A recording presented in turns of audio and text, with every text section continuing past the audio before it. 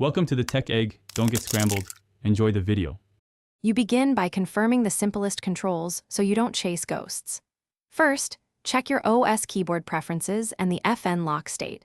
Press FN plus ESC or the dedicated FN lock key to toggle behavior, and then test a function key. Once done, power off fully, remove any external keyboards or USB hubs, and reboot to clear transient states. Make sure batteries are charged on detachable keyboards, and try an external USB keyboard, briefly to determine whether this is software or hardware. Next, you tackle software and firmware that control FN behavior.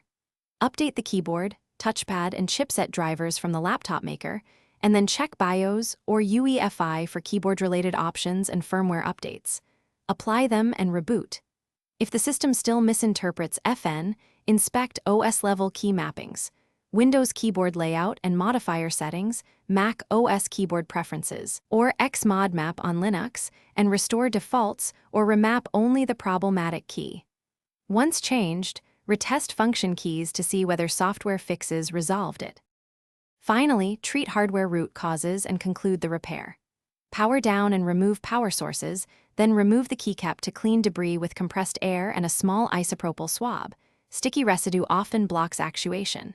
If cleaning fails, open the chassis and carefully reseat the keyboard ribbon connector or replace the keyboard module using OEM parts. Once replaced, boot and test all FN combinations. If problems persist, try a known good USB keyboard to confirm fault. That single test is your key troubleshooting tip. Thanks for watching. Consider subscribing if I helped unscramble your problems.